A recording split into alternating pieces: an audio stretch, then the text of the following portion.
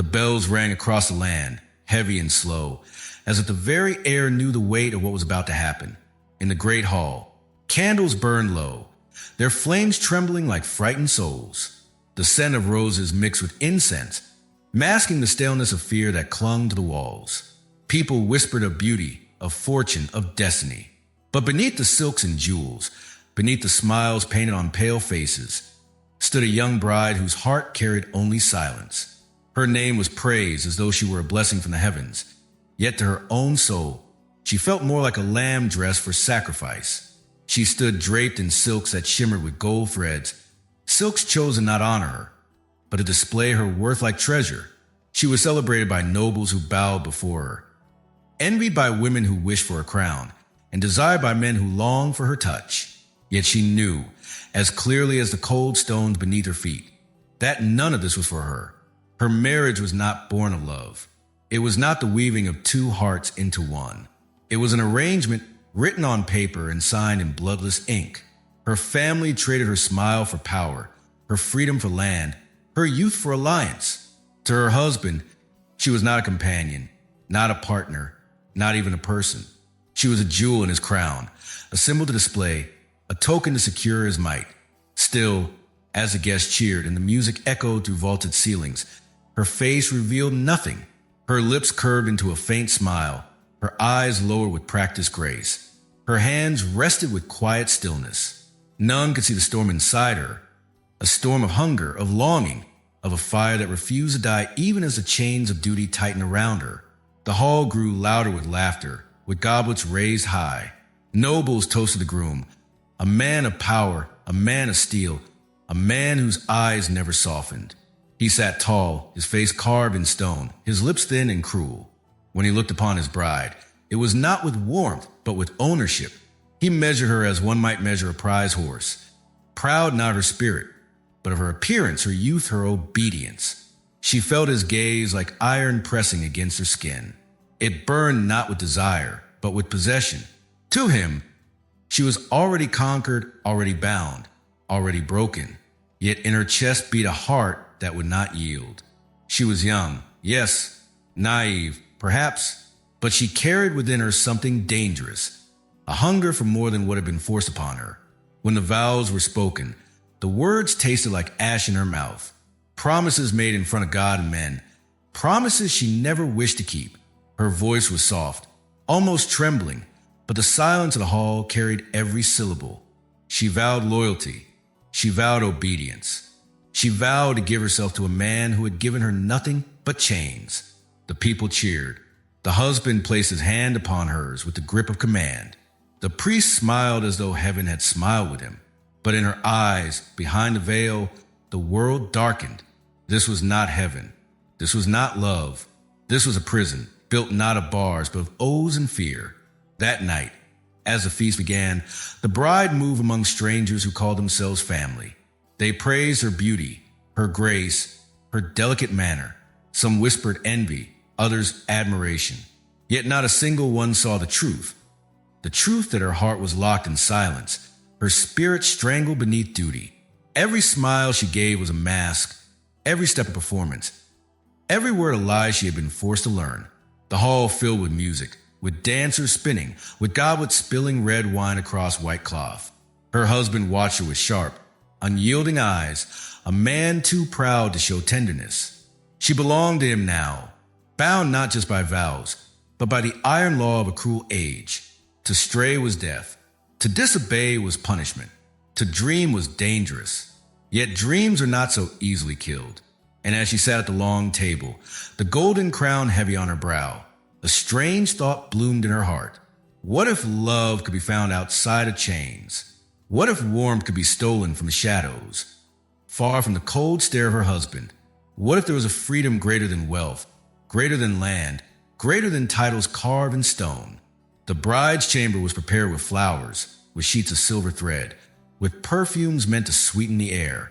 Servants bowed low, carrying gifts of gold and jewels, as though riches could soften the cruelty of fate. She dismissed them with grace, her lips calm, though her chest tightened with dread. Alone in her chamber, she stared at her reflection. The woman in the mirror was beautiful, yes, but hollow, Her eyes held a sadness deeper than oceans. Her smile was painted. Her youth already fading beneath the shadow of duty. She touched the veil on her head and felt its weight. A veil not of love, but of deception. A veil that hid her from the truth, yet also from herself. Her thoughts wandered like whispers in the night. She imagined another life, a life where love was chosen, not forced. A life where a husband's hand was gentle, not heavy. A life where a bride's tears were joy, not fear. These thoughts were dangerous. In her world, such thoughts were forbidden. Yet they lingered, they grew, they refused to die. As the door opened, her husband entered. His footsteps were firm, echoing against stone. His face was unreadable, his silence louder than words. He stood before her, tall and stern, a man carved by power, a man who knew only control. He touched her face not with tenderness, but with ownership. His hand was heavy, his grip firm. She lowered her eyes, hiding the fire within. That night, the veil of deception grew heavier. She lay beside him, her body bound by vows, her soul drifting far away. He whispered no words of love, no comfort, no warmth. His presence was command, his silence a cage.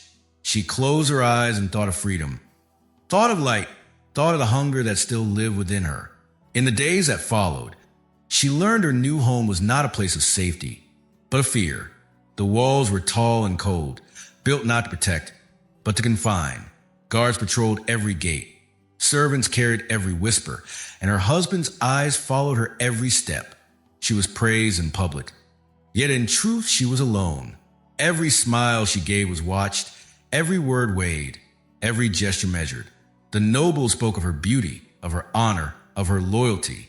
But loyalty was a mask she wore to survive. Inside her heart, silence grew into hunger. Hunger grew into longing, and longing into fire. It was a fire that no silks, no jewels, no titles could smother. A fire that whispered of danger, of betrayal, of a fate that would one day consume her entirely. As the sun set beyond the castle walls, she would sit by her window, staring at the dying light. The world outside was free, wild, untamed. The world inside was stone, shadows, and chains. Each evening, as darkness fell, her hunger deepened. She wanted more than duty. She wanted more than obedience. She wanted to live. And in the shadows, as the stars rose above the silent halls, she felt something stir. She did not yet know it. But a gaze had already found her, a gaze that lingered too long, a gaze that carried danger and promise. The wedding had bound her in chains. The veil had hidden the truth, but within the silence of her heart, the hunger grew louder, stronger, unstoppable. A hunger that would soon lead her down a path of betrayal, secrecy, and blood. The wedding had ended, the music silenced, and the echoes of laughter faded into cold stone. The bride now entered a world where every wall carried shadows, and every silence pressed heavier than chains. Her new husband ruled those halls, not with love, but with fear. He was a man of iron and ice.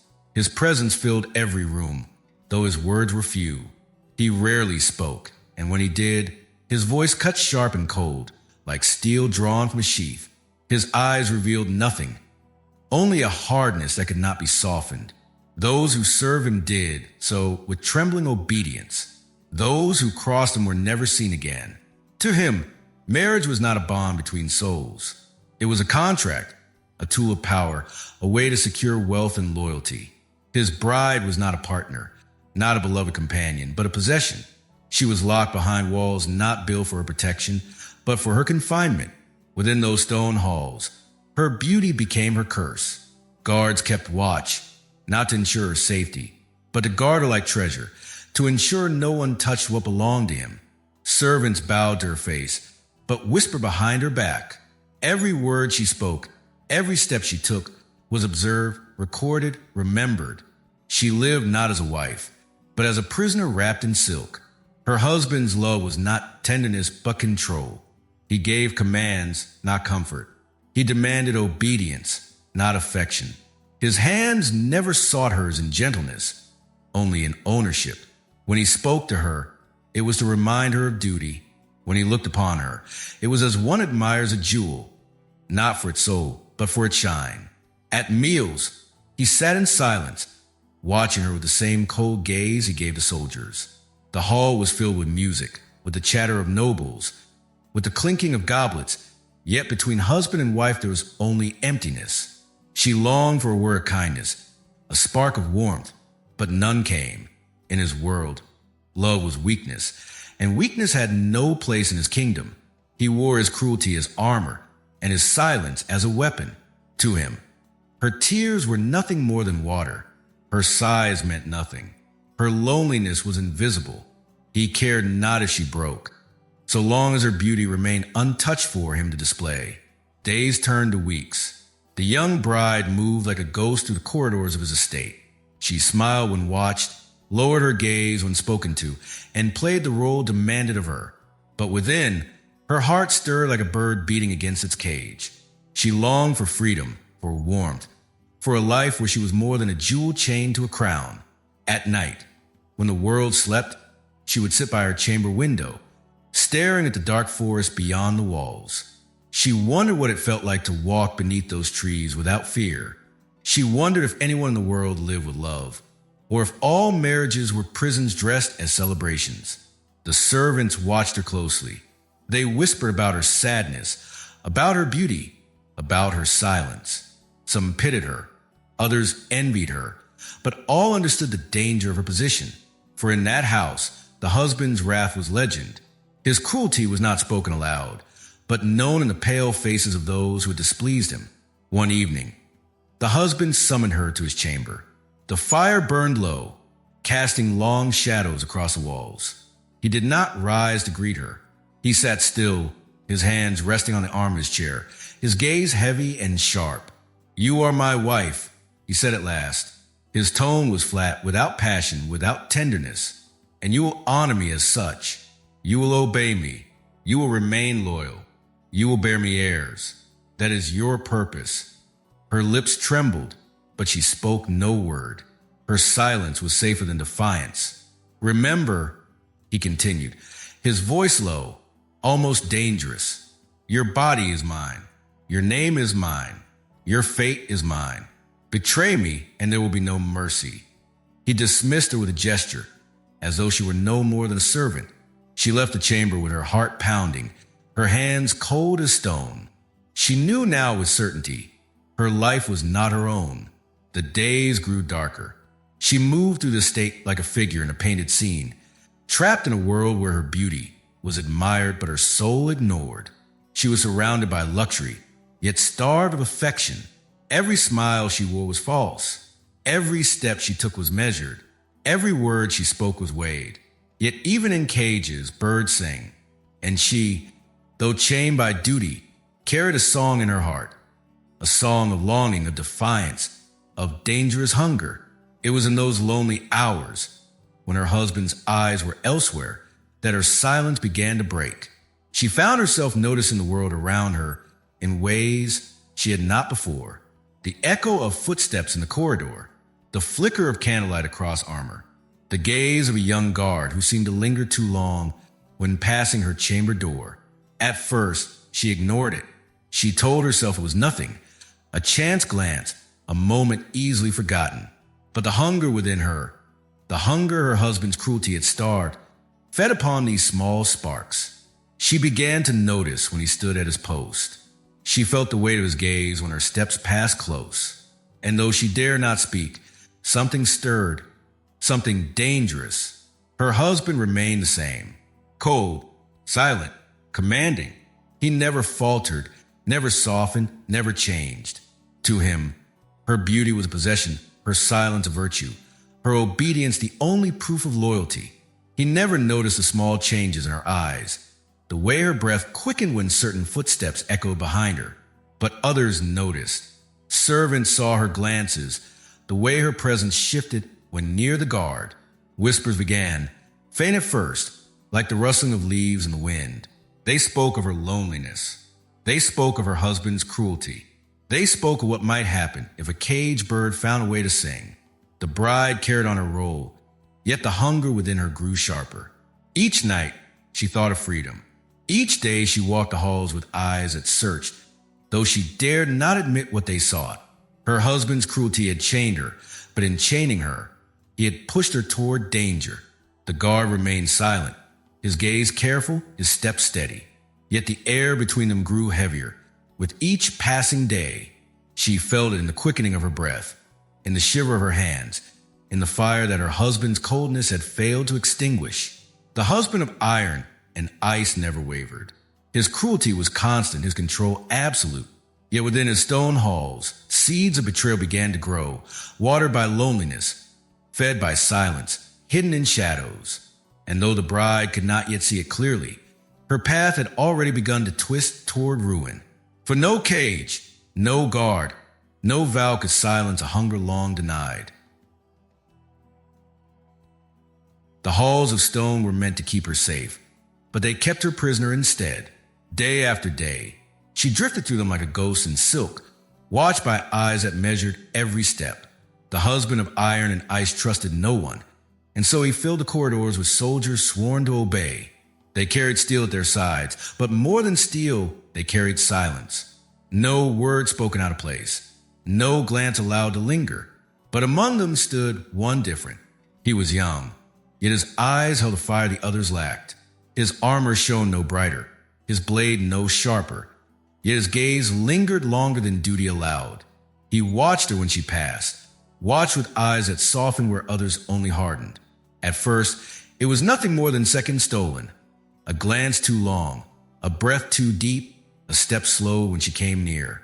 But in a house ruled by silence, even the smallest tremor could awaken something dangerous. The bride noticed. She told herself she should not, but she did. She felt the weight of his gaze on her skin, a gaze different from the husband's iron stare. The husband's eyes had been cold, empty of love, heavy with control. The guard's eyes carried warmth, almost pity, almost hunger, and in her loneliness, she began to see those glances not as danger, but as light flickering in the dark. Desire is a seed, and in her heart, loneliness became the water. The days passed slowly. She sat through feasts where she was displayed like a crown jewel, walked through gardens where laughter never touched her lips, prayed in chapels where her words rose to empty ceilings. And always, he was there, standing a little too near, looking a little too long. She began to wait for his presence, though she dared not admit it even to herself. When her husband's hand weighed heavy on her arm, she remembered the guard's soft gaze. When her chamber turned cold and silent, she thought of the warmth in his eyes.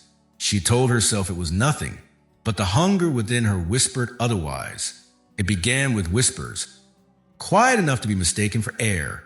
Passing in the corridor, he dared to speak a single word of greeting, so low only she could hear. Her heart quickened. She replied, her lips shaping the faintest sound, trembling with the thrill of danger. No one noticed, or so she believed. One word became two. Two became three. Soon, the silence of the halls was broken by stolen exchanges, short and sharp as sparks. The bride found herself waiting for these moments more than she waited for meals or the prayers. A glance across the courtyard, a word beneath the echo of footsteps, a brush of his hand when passing hers a little too close. It was madness. It was forbidden. And yet it was the first time her heart had felt alive. Her husband remained blind, or so it seemed. He spoke little, cared less, and never once imagined his bride capable of defiance. To him, she was silent obedience, nothing more. He never noticed the flush in her cheeks when the guard's shadow fell across her. He never saw the trembling of her hand when whispers brushed her ear, but others did. Servants, quiet and watchful, noticed the moments that should not have been. The missing breath in her voice when the guard entered, the way his steps slowed as he crossed her path. Whispers grew, faint but poisonous, spreading like smoke. And in such halls, smoke was never ignored for long. Still, she did not stop. She could not. The first meeting came by chance, or perhaps by fate. It was late. The halls emptied of laughter, the torches burning low. She wandered through the courtyard garden, her veil trailing along the cold stone. She should have been alone. Yet there he stood, guarding shadows with his blade. Their eyes met, and the silence broke. No words were needed. The hunger in her heart called to the fire in his. He stepped closer, though every step was treason. She lowered her gaze, though every breath drew her nearer. "Why do you watch me so?"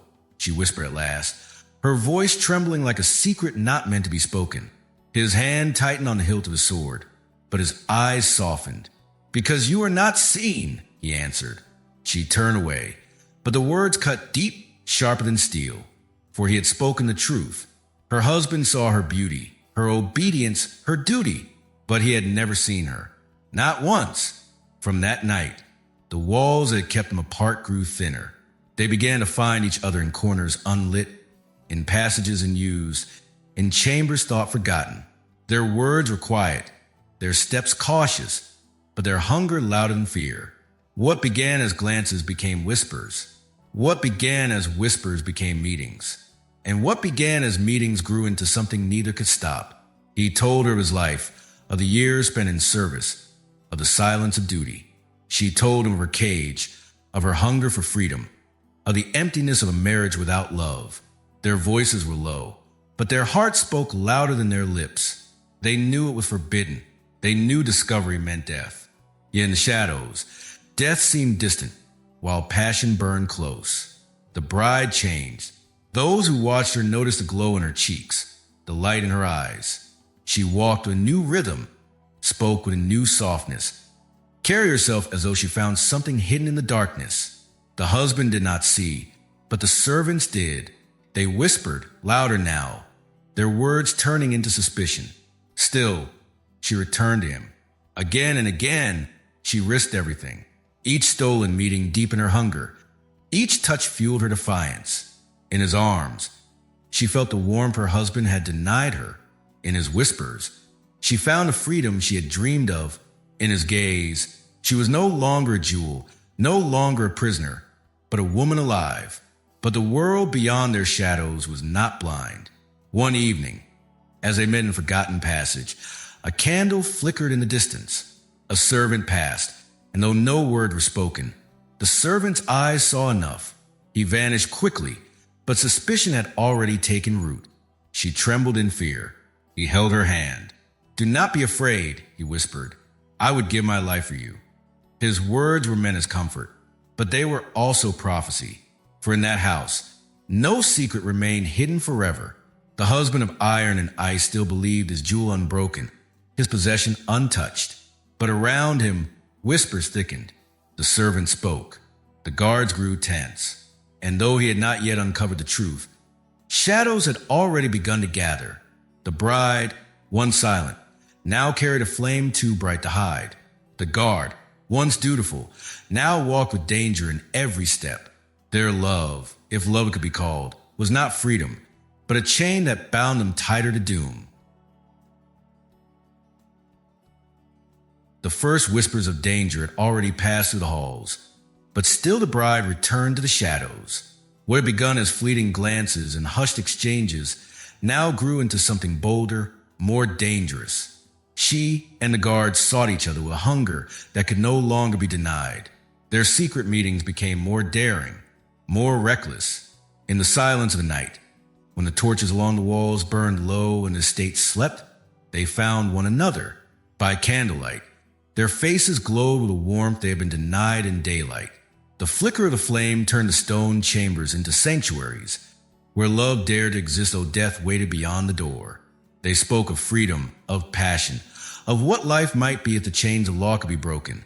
She dreamed aloud of walking into a world without her husband's shadow, of a love that was chosen, not commanded. He spoke of leaving his sword behind, of living not as a servant but as a man. But every kiss carried the weight of death. Every whispered vow echoed with the sound of doom. For in their world, a wife's body belonged not to herself, but to her husband. And to betray him was not merely a crime, it was a death sentence. Still, she risked everything. The hunger within her blinded her to reason. She knew the danger. She knew the punishment.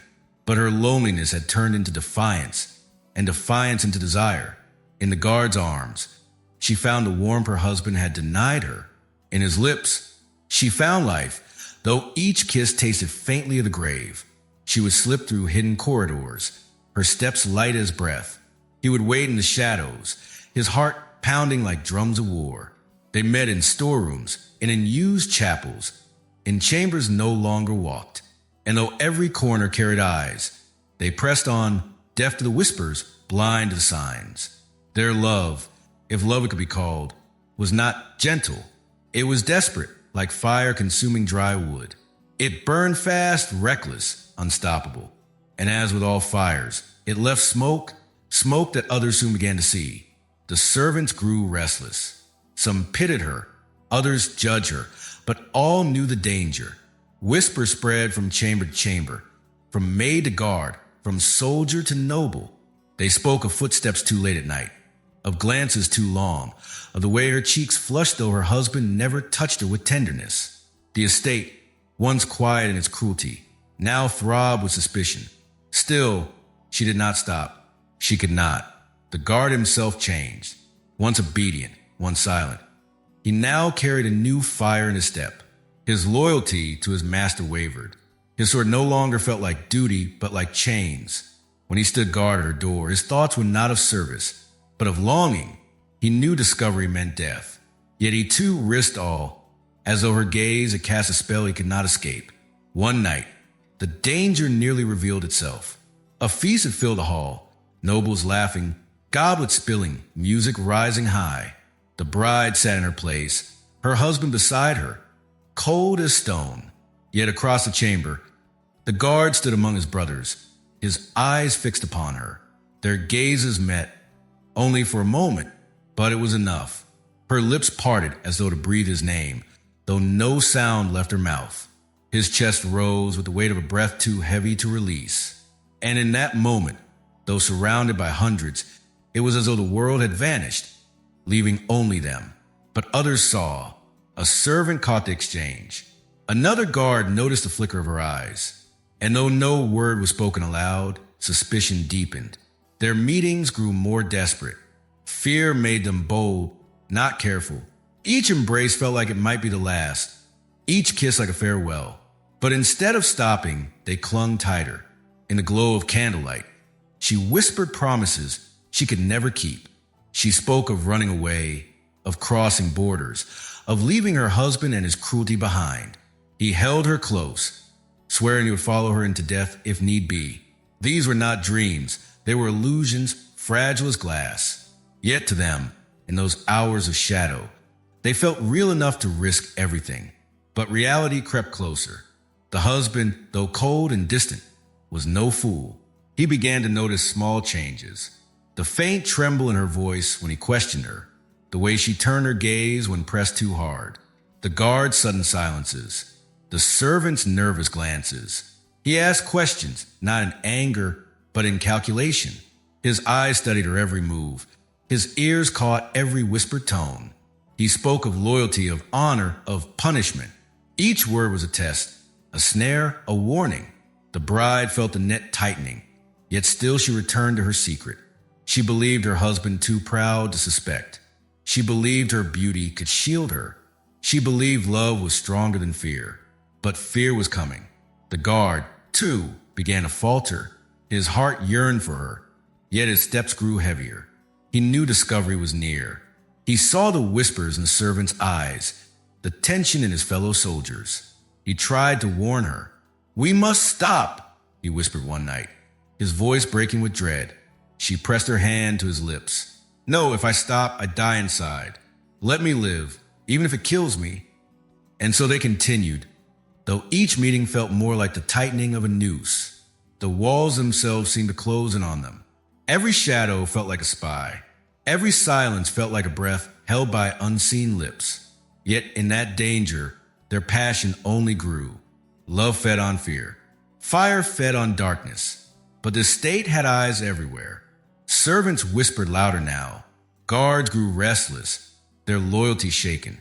And though the husband had not yet struck, his suspicion had turned into certainty. Still, the bride remained blind to it. She clung to her stolen joy.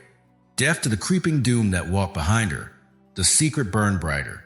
And with every kiss in the dark, with every vow whispered beneath trembling flames.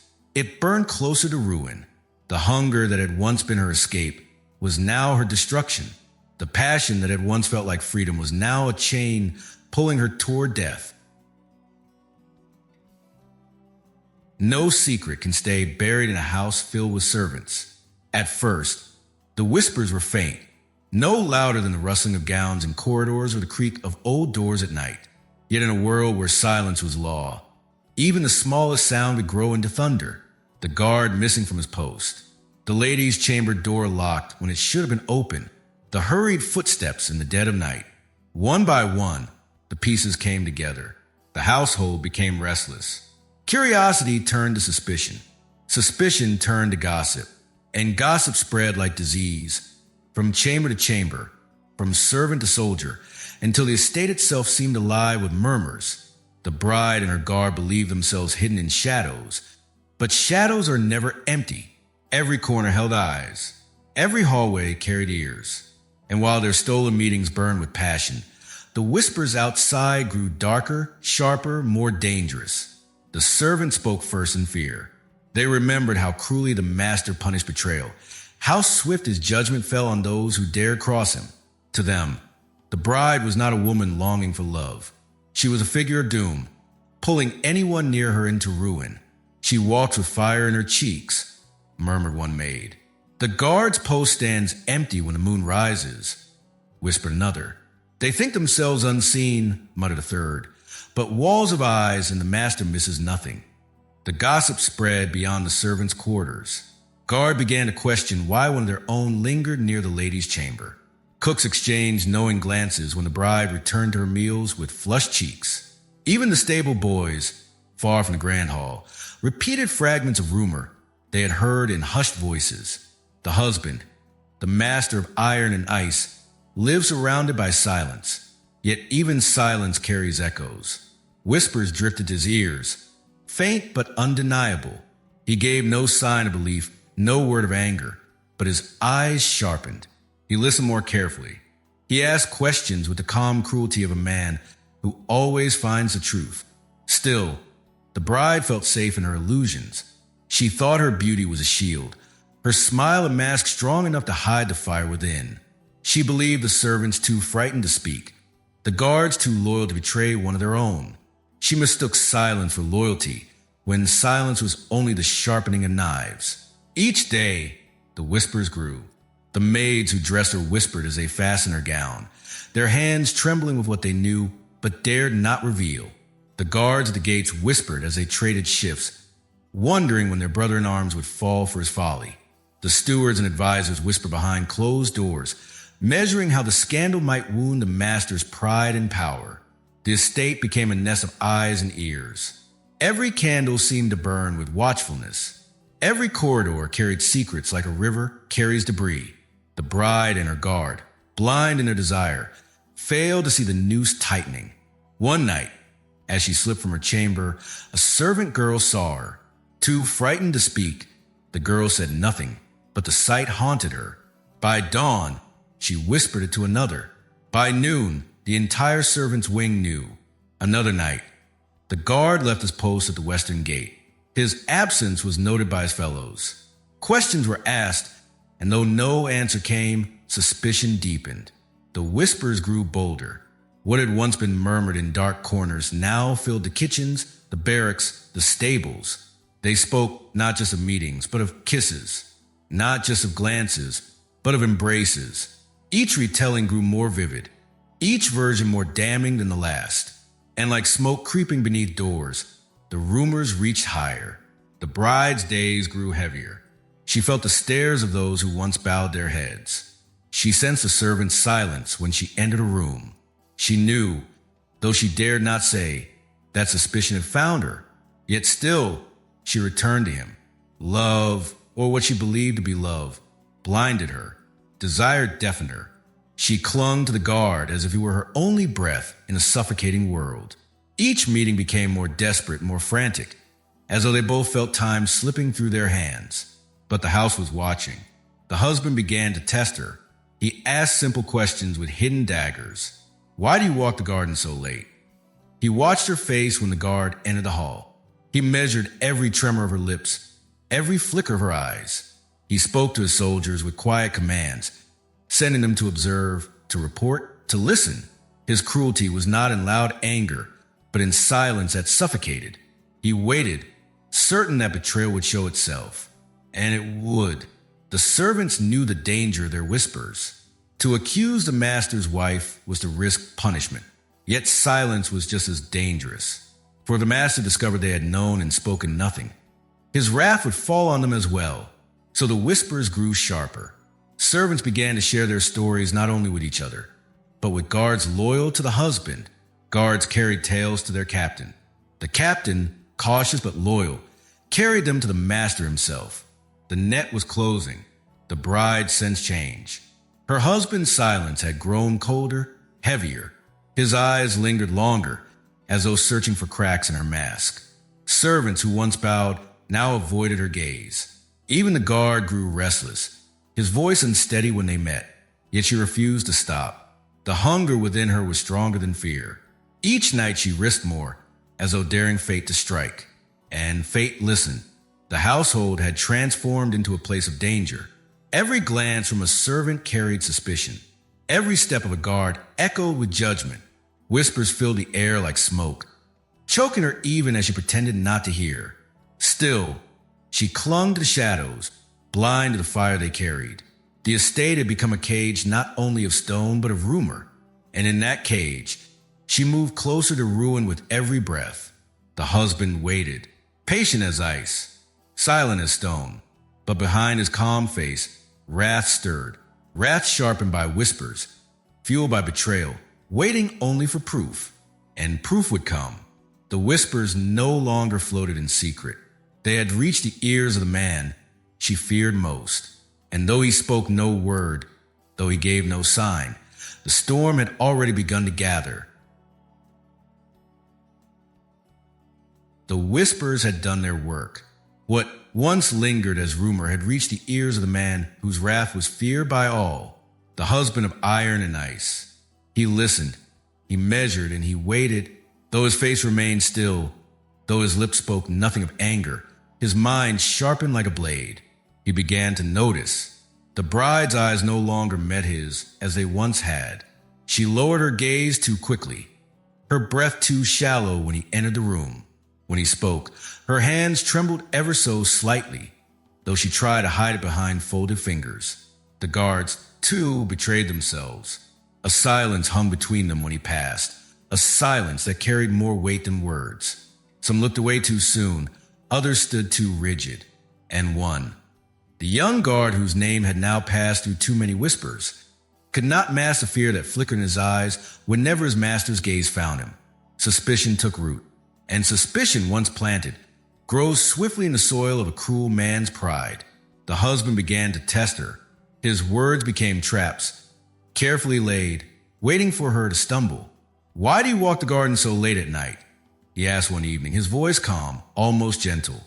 "For prayer," she answered quickly. His lips curled into a thin smile. "Then why do you return with cheeks flushed, as though the air itself had embraced you too warmly?" She faltered, but spoke no more. He let the silence press down upon her like a stone. Another time, he asked, "Who guards your chamber door when I am away?" She replied with a name, not the one he expected, not the one he had already been told. The lie was small, but to him, it was enough. He watched her at feasts, when the hall was filled with music and laughter. He studied her every glance, every movement, every word. When the guard stood among his fellows, the husband's eyes followed the invisible thread that tied them together. He saw her silence when she should have spoken. He saw her stillness when she should have smiled. And with each passing day, suspicion grew into certainty. The servants carried more whispers to his ear. A maid spoke of the bride's chamber door locked too often. A steward confessed he had seen the guard slipping away from his post. A soldier swore he had heard voices in an empty corridor. The husband listened. He rewarded nothing. He punished nothing. But his silence was more terrible than fury. For silence meant he was waiting, waiting for proof. The bride felt his eyes upon her more heavily now. His presence, once merely cold, became suffocating. She could not move without sensing him near. His questions circled her like wolves, his silence pressed against her skin like frost. Yet still, she clung to her secret. She told herself he suspected nothing. She told herself her mask remained strong. She told herself the whispers were too faint to reach him. But deep inside, she felt the truth. He knew. The guard, too, sensed danger. His steps grew heavier, his words more cautious. Each time he looked upon his master, dread filled his chest. He whispered warnings to her in the dark, urging her to stop, to retreat before it was too late. But she would not listen. "Do not fear," she told him. "He is blind with pride. He cannot see us." Yet pride was not blindness. Pride was the hunger for vengeance when insulted, and the husband's pride was a monster that could not be tamed. The husband of iron and ice did not confront her openly. Instead, he watched. He followed her movements without rising from his seat. He questioned servants, not with anger, but with calmness that made them tremble more than shouts. He set traps of silence and time, waiting for her to reveal herself. One evening, he told her, "I will ride to the northern estate. I will not return until dawn." But he did not ride. He waited in the shadows, silent as stone, watching his halls as though they were a snare. He knew she would not resist. He knew hunger would betray her, and he was right. From the darkness, he saw her slip from her chamber. He saw the guard follow. He saw the way they moved together, as though bound by something stronger than fear. He did not need to hear their whispers. He did not need to see their touch. The truth was before his eyes. Suspicion had become certainty. The husband returned before dawn, his boots striking the stone with the sound of final judgment. He said nothing of what he had seen. He greeted her with the same silence, the same coldness, as though nothing had changed. But in his heart, wrath had awakened. He would not be made a fool in his own halls. The days that followed were heavier than death. The bride felt the air tighten, though she could not yet see the hand that tightened it. The guard felt the ground shift beneath his steps, though he could not yet see the abyss opening. Servants moved with fear, their whispers now sharp as blades. The husband waited still. He had uncovered betrayal, but he desired more than knowledge. He desired punishment. He desired spectacle. He desired to make an example so cruel, so merciless, that no one would ever dare dishonor him again. He would not strike in shadows. He would strike in the open, where all could see. The estate grew colder. Silence stretched like a rope drawn too tight. Each night the bride lay awake, her heart pounding with dread she could not name. Each day the guard carried his sword with hands that trembled beneath his armor. And still they met. Not as often, not as boldly, but they met, blind to the doom already sealed, deaf to the footsteps of wrath that followed close behind.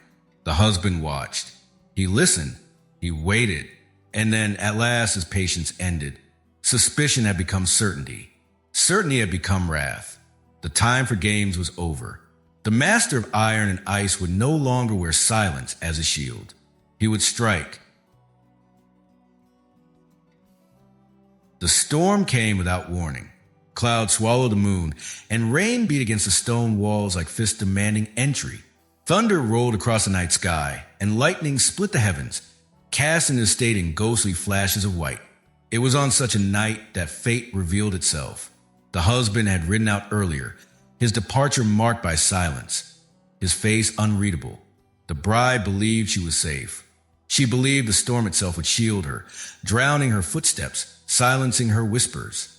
She believed the night belonged to her and to the man who had stolen her heart. She was wrong. The master of iron and ice had returned before his time. His boots struck the stone corridors with slow, deliberate steps. Each echo blended with thunder. Each breath timed with the storm. He did not announce himself. He did not call her name. He moved like a shadow given flesh, his silence filled with wrath. And as he approached her chamber, he already knew what he would find. Inside, the room glowed faintly with candlelight. The storm outside shook the shutters, but within, another storm burned hotter, more reckless. The bride and her guard were together, blind to the danger that pressed ever closer. His sword lay discarded by the bed, a symbol of duty forgotten. His lips pressed against hers, his arms wrapped around the woman who was not as a hold. Their whispers mingled with the rain. Their laughter, soft, secret, stolen, broke the silence. In that moment, they believed themselves hidden. They believed love could exist even within walls built on fear. But love, when forbidden, becomes betrayal. And betrayal always demands payment. The door opened. Lightning flared to the window, bathing the chamber in blinding white. And in the doorway stood the husband. His presence was colder than the storm, his eyes sharper than the blade he carried. For a heartbeat, no one moved.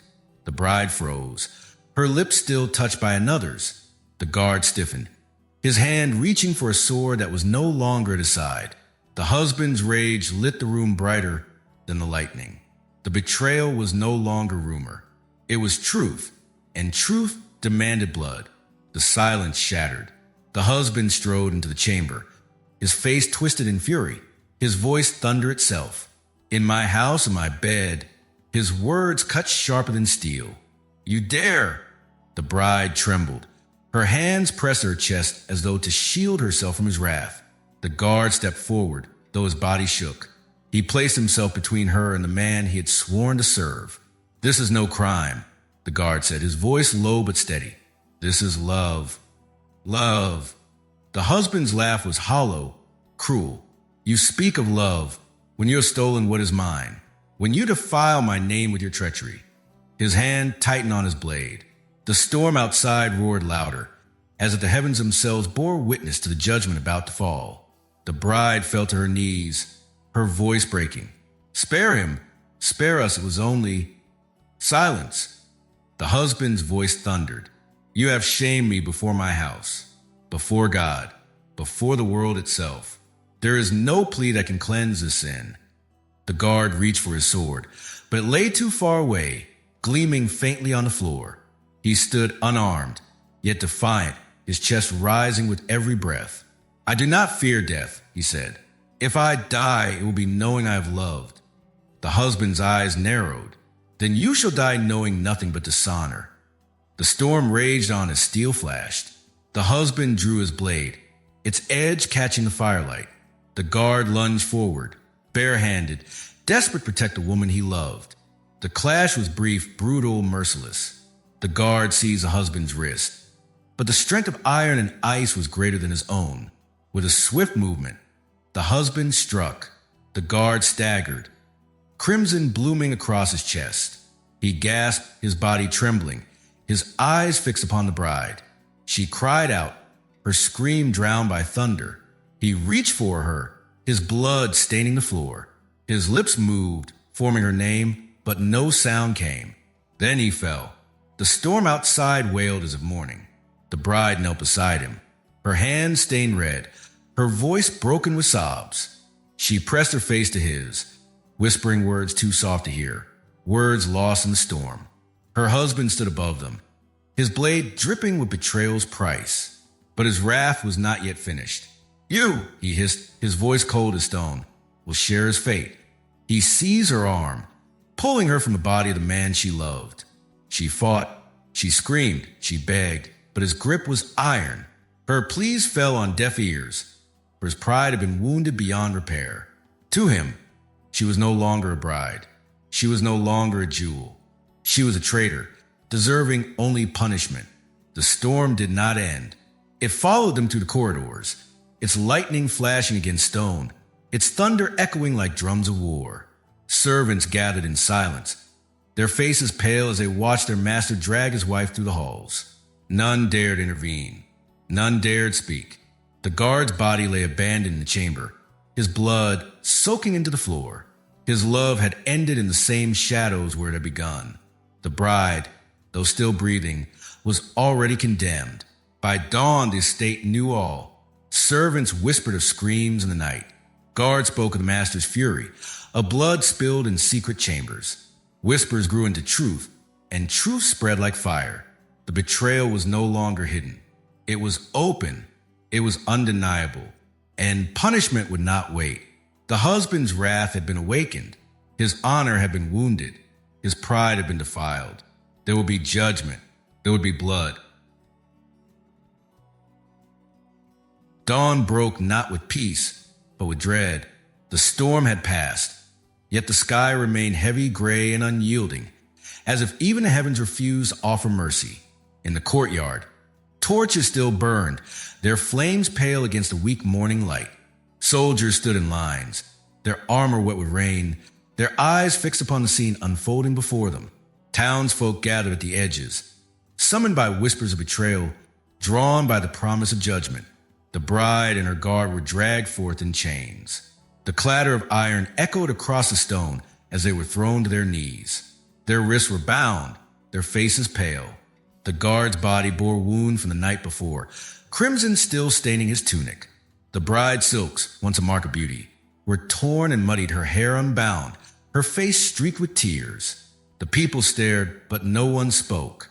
Silence pressed upon the crowd, a silence heavy with fear, shame, and awe, for they all knew what was to come. Adultery was no small sin in that cruel age. It was a crime of blood, a crime against law, against faith, against the pride of a husband whose power was absolute.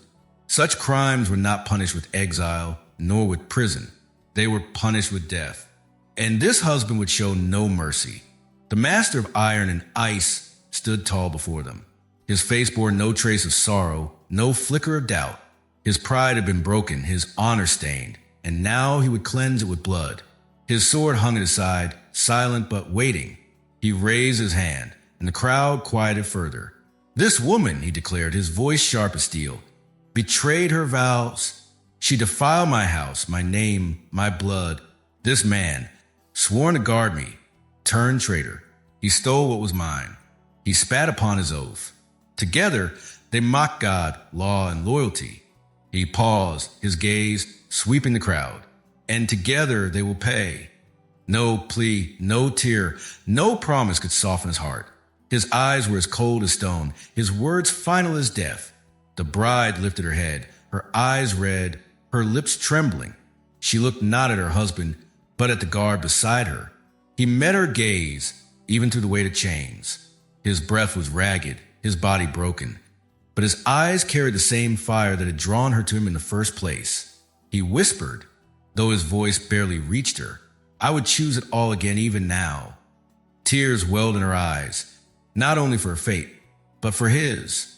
She pressed her bound hands together, as though in prayer, yet she did not pray for mercy. She knew none would come. She prayed only that the world would remember that what they had shared, however brief, had been more than sin. To her, it had been life. The people watched in silence. Some pitied her, others condemned her, but none dared to speak. In their eyes, the crime was clear and the punishment inevitable. But even as they judged, a shiver ran through them. For here stood a woman once praised, once envied, once placed upon a pedestal of beauty and grace, now broken, humiliated, and condemned. And beside her knelt a guard, once a symbol of duty, now reduced to a traitor bound in chains.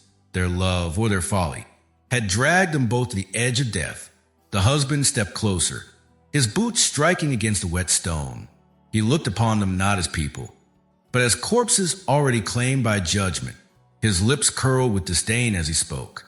Let all who watch remember this day. Let every wife remember her duty. Let every servant remember his oath. Let none forget that betrayal carries but one reward, death. His words carried across the courtyard, sinking into the hearts of all who listened. Mothers clutched their children tighter. Wives lowered their eyes. Guards straightened their backs, their loyalty hardened by fear.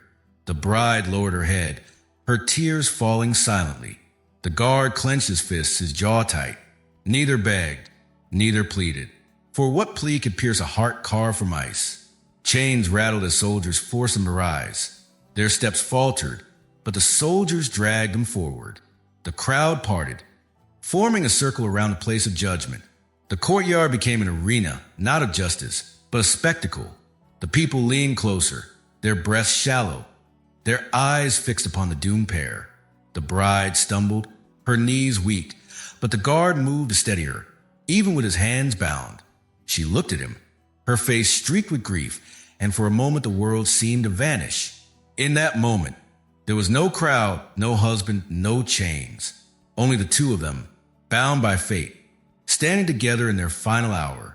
The husband raised his hand again, and the crowd stilled. His voice rang out like thunder. Their crime is written in blood. Their sentence will be written in blood. This is the law. This is justice. This is the price of betrayal. His words echoed against stone, carried by the morning air. The people shivered, for they knew what would follow. The bride closed her eyes. The guard straightened his back. They were ready, or as ready as a condemned could ever be. The soldiers tightened their grip on the chains. The crowd held its breath. Even the wind seemed to pause. No laughter rose. No song played. Only silence, heavy and terrible, filled the air. The people watched, their faces pale as they saw what love had cost. The judgment had been declared. The punishment would soon begin. And though the storm had passed, a darker storm awaited, a storm not of heaven's making, but of man's. The courtyard held its breath.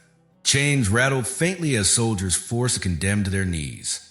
The crowd, pale and silent, watched with wide eyes. In the gray light of dawn, the scene felt more like a ritual than a trial. The kind of judgment whispered about in fearful tones long after the torches had gone cold. The husband of iron and ice stood above them, his face unyielding. He had spoken his decree. The crime had been declared. The punishment was death. All that remained was the strike. The bride trembled, her tears falling silently, her lips moving in prayers that even heaven seemed unwilling to hear. The guard, however, lifted his head.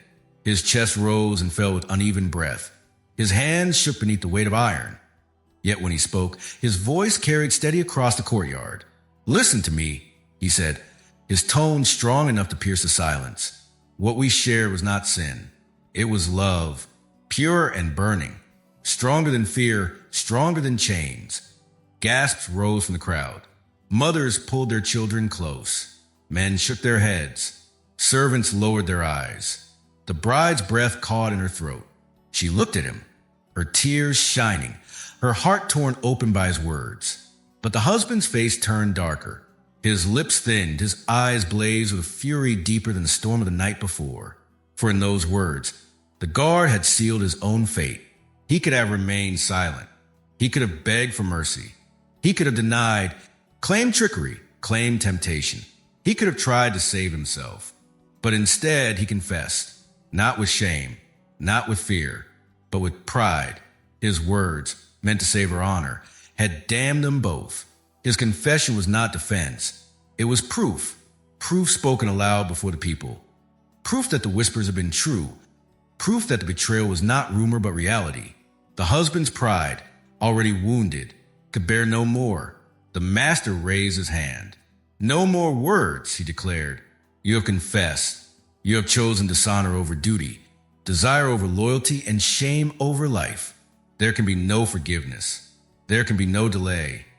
The bride cried out, her voice breaking, "Mercy, spare him, spare us both." But the husband did not look at her. His eyes stayed fixed upon the man who had dared steal what was his. The guard lowered his head, yet his lips still moved. He spoke not to his master, but to the woman beside him. "I would die 1,000 deaths," he whispered, "if it meant one moment more with you." The husband's hand fell. The soldiers obeyed. The guard was forced forward. His knees pressed against a stone, his arms bound behind him. A soldier raised a blade, its edge gleaming with cold light. The crowd leaned closer, their silence broken only by the sound of breath held too long. The bride screamed, her chains rattling as she lunged forward. Those soldiers held her back. Her voice rose above all else, calling his name. The guard did not resist. He closed his eyes, his lips still curved in the faintest of smiles, as though even in death, he found peace in her presence. The blade fell. The sound rang across the courtyard. Steel against flesh, life against death. The guard's head struck the stone. His blood spread swiftly, dark and thick, staining the ground like a vow broken forever. The crowd gasped, some turning away, others staring in horror. Servants wept silently. Soldiers looked on with cold discipline. The bride collapsed, her cries shaking the air, her hands reaching for the body that could no longer return her embrace. The husband watched, his expression unchanging. His pride had been restored, his wrath satisfied, but his heart, if it won, remained untouched by sorrow. To him, the guard had been no more than a thief, a traitor, a stain wiped clean. But to the bride, the man who lay before her had been everything. She pressed her face to the ground, her chains digging into her skin, her sobs muffled by the stone. She whispered his name again and again, as though the sound alone might call him back. Yet only silence answered. Silence, and the weight of her husband's gaze upon her. He did not let her grieve long. With a signal, soldiers pulled her upright, dragging her away from the blood that still spread across the stone.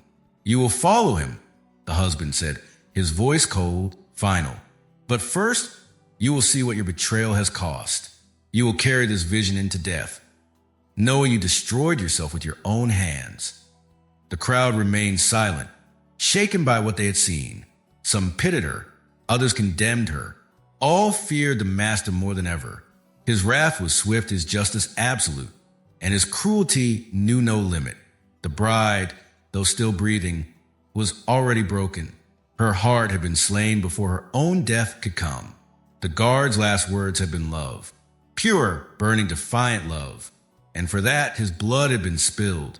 The husband turned to people, his voice carrying across the courtyard. "Let this be a lesson," he declared. "Let no man forget his oath. Let no woman forget her vow. Love is nothing without honor, and dishonor has but one end, the sword." The soldiers struck the ground with the butts of their spears, echoing his decree. The people bowed their heads, some in fear, some in agreement, none in defiance. The judgment was complete, yet one judgment still remained. The bride stood in chains, her tears unending. She had seen the man she loved torn from life, his blood staining the place where they had once dreamed of freedom. Now she knew no escape, no mercy, no hope. But she also knew this. If death was to come, she would meet it as he had, without denial, without fear, without shame. The courtyard grew quiet again. The storm of the night before seemed to linger in the air, though the sky was calm. The people waited, their eyes fixed upon her. The soldiers tightened their grip. The husband looked at her, his eyes colder than the blade that had just ended a life. He gave no smile, no comfort, no pause. Her time was near. The guard's body lay cold upon the stone. His blood darkened the courtyard floor, spreading like a shadow that could never be washed away. The air was still heavy with the sound of steel striking flesh, with the echo of a heart silenced too soon. The people watched in silence, unable to turn away. Their eyes lingered not on the lifeless soldier, but on the woman who still stood in chains beside him. The bride, her silks were torn. Her hair fell wild about her face. Her wrists were bruised where the irons bound them. Yet her spirit had not bent, though her lips trembled and her body shook. Her eyes burned with something the husband had never seen before. Not love, not fear, but hate. She looked upon him, her husband, the man of iron and ice, not as master, not as lord, not as husband, but as executioner. The pride in his stance, the blade in his hand, the cruelty in his heart. She saw them all and gave him nothing in return. No plea, no tear, no word, only silence. That silence was heavier than screams. For in that silence, she condemned him. She denied him the victory of her fear. She denied him the pleasure of her begging. She gave him only her defiance, spoken not in words, but in the stillness of her final breath. The crowd felt it. They shifted uneasily, some lowering their eyes, others gripping their children's hands. It was not mercy they saw, nor justice, but cruelty given flesh. And yet none dared to speak. None dared to challenge a husband whose wrath had already claimed one life and was about to claim another. The soldiers forced her to kneel. The chains rattled like funeral bells. The stone beneath her knees was still wet with the blood of the man she had loved. She bowed her head, not to her husband, not to the blade, but to the memory of the one who had fallen before her. The husband stepped closer, his shadow falling over her. His voice was low, sharp as frost. "You will follow him. Your love dies with you, and your shame will die with you as well. She raised her eyes one last time. Her lips did not move. Her silence struck him harder than any words could have. The executioner lifted the blade. The world grew still. Even the wind seemed to hold its breath. The crowd, the soldiers, the servants, all eyes fixed upon the bride, waiting for a final sound. None came. The blade fell. A single cry tore through the courtyard. Not from her, but from the people who gasped as her head fell forward, her body crumpling to the ground. Her blood joined the guards, mingling upon the stone. Two streams united at last in death. The silence that followed was absolute. The deed was done. Her story should have ended there, washed away by rain, buried in earth, forgotten by those who wish to erase her shame. But stories such as hers do not die so easily. Whispers carried her name through the years. Servants spoke of her bravery, of the silence that had condemned her husband more than any curse. Soldiers told the guards' last words, of love stronger than fear, of passion punished by death. The people repeated the tale in secret, passing it from mouth to mouth, until it became legend. She was not remembered as wife, nor queen, nor jewel in a crown. She was remembered as something darker, the bride who slept with her guard, the bride who defied her husband, the bride who was executed for love. Her husband lived on, but his legacy was poisoned. Though he ruled with strength, though he silenced his halls, though he erased her name from records, he could not erase the whispers. Wherever he walked, he carried the shadow of betrayal. His pride had been restored with blood, but his honor was forever stained. And long after his death, long after his walls crumbled, the story remained.